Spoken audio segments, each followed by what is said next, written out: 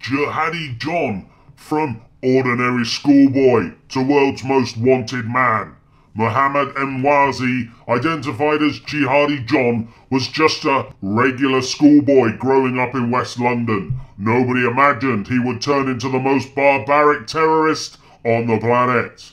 Perhaps the most remarkable thing about Jihadi John, the world's most wanted man, is just how ordinary he actually is.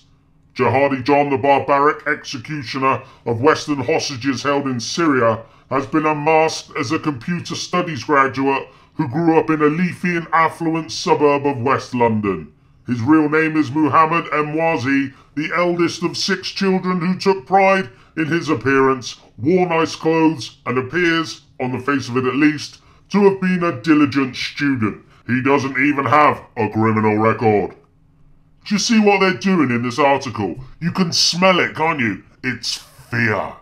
They are creating fear that will be used against you to support another ground invasion of Iraq and also, this time, Syria. This time, it's to get ISIS. Forget the fact that Syria are in fact ISIS's opposition. Just forget that. We're going to get Iraq again, and this time adding Syria to the list. All because of the fear generated in articles like this. Twice in that short segment I read to you, he stated that Jihadi John was just an ordinary guy. Obama looks to expand ISIS fight, asks Congress to send troops to Iraq and Syria. You see, they're portraying Jihadi John as average Joe. They're saying that anyone, and they want you to think that absolutely anyone, can be turned like Jihadi John into the world's most wanted terrorist. Therefore, you will have to be scared of everyone. That guy, 2 doors down, be scared of him. He's got a funny haircut. That other guy, 3 doors down, be scared of him. He cuts his grass after 6 p.m. in the summer. That woman across the road, watch out. She's a perfect student with straight A's. Surely she's a terrorist in the making. See that bloke who turns his car around in your road and smiles and waves at you and says hello? Well, he could be Jihadi's John, right-hand man. Fear. Live in fear. Spend your whole life in fear. Do as your government say. Submit to your government. Watch everyone. Everyone could be Jihadi John. How much easier will they get a vote through the Houses of Commons for another profit-making ground invasion if everybody is living in fear, shit scared of regular schoolboys? I can't imagine Tory MPs are scared of regular schoolboys, if you know what I mean. They say that Jihadi John became the world's most wanted terrorists because MI5 apparently harassed him and even tried to, here we go again, recruit him, resulting in them apparently not letting him travel to Kuwait after he refused to work for MI5.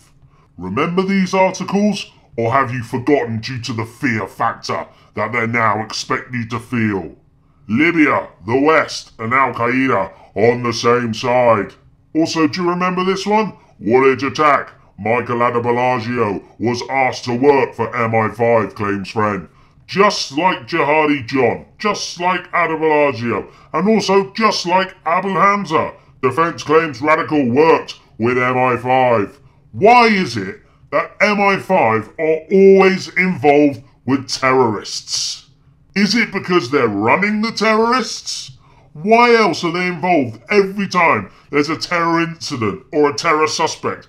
Every time MI5 and Andrew Nosey Bloody Parker are there in the background, the shady hand in the background, controlling the puppet for the mainstream media to lap up to install fear in everyone. Remember, you must be scared of regular schoolboys.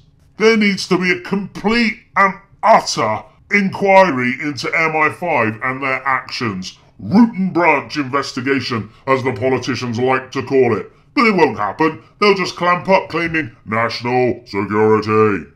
Would you really become the world's most wanted terrorist because MI5 harassed you a few times? Would you really go from having no criminal record and from being a regular schoolboy to the world's most wanted terrorist in a few months, a couple of years maybe? Remember the last world's most wanted terrorist, Osama bin Laden? Well, as we all know, he was a CIA asset whose codename was Tim Osman. And when the 28 pages of the 9/11 Commission that were censored get released, we'll know that they were working with Saudi Arabia and America at the least allowed it to happen.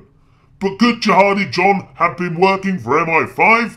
Of course he could. They offered him a job. He went from a regular schoolboy to the world's most wanted terrorist. You don't do that without the security services' help. MI5 are not keeping us safe. Far from it.